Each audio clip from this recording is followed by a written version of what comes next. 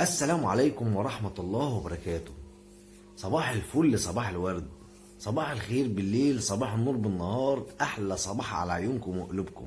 جاي لكم بمفاجأة جامدة جدا، وزي ما وعدتكم من أول ما عملنا القناة وإحنا مع بعض مكملين، وبالأخبار الجديدة دايما واخدين سبق صحفي.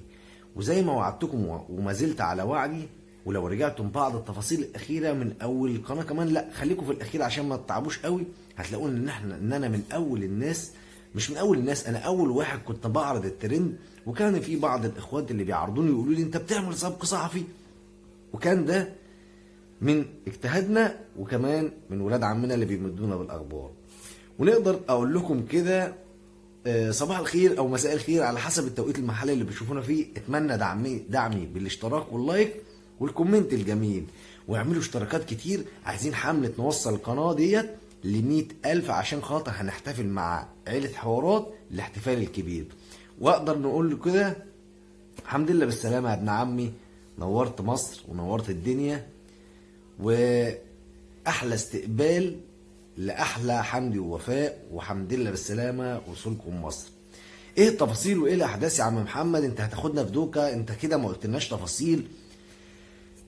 الفيديو ده مجرد عرض للحدث علشان خاطر في تفاصيل ما اقدرش اقولها عشان ولاد عمي ما يزعلوش.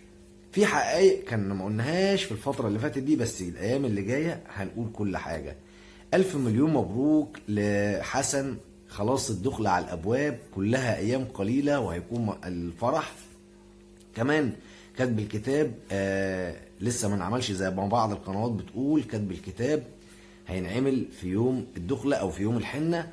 في تفاصيل تانية كمان، وصول حمدي بالسلامه واستقباله احلى استقبال، حضورنا الفرح ان شاء الله. كل ده واكتر هتعرفوه معايا على القناه. وزي ما عرضت لكم بعض التسريبات، وما كانتش تسريبات، كانت باتفاق مع اولاد عمنا وهم كانوا موافقين على التسريبات ديت، بس في ناس خدتها بمحمل التسريبات. انتظروني في الفيديوهات اللي جايه، وهتبقى من اقوى الحلقات ان شاء الله واقوى التسريبات، باتفاق طبعا مع اولاد عمي. والحمد لله بالسلامه حمدي، والف مبروك لحسن. ومفاجاه محمد مش هحرقها، خليها في الفيديوهات اللي جايه. دعمكم يلا بالاشتراك واللايك، وما تنسوش الكومنت، وصلوا على سيدنا الحبيب، وانتظروا الفيديوهات اللي جايه.